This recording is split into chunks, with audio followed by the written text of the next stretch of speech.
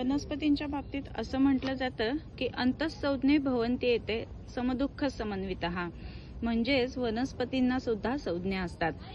आता इथे आपण बघतोय की ह्या वनस्पतीला हात लावला की लगेचच याची पानं मिटतात। याच्यावरूनच आपल्याला कळतं की वनस्पतींना सुद्धा संज्ञा असतात।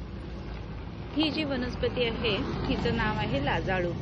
या लाजाळूला अतिशय उत्तम अशी ही सुंदर अशी फुलं येतात पिंक कलरची, आणि प्रत्येक पानाला आपण स्पर्श केला तर हे पान लगेचच मिटलं जातं। आणि म्हणूनच याला लाजाळू म्हणतात, हिंदीमध्ये छुईमुई म्हणतात।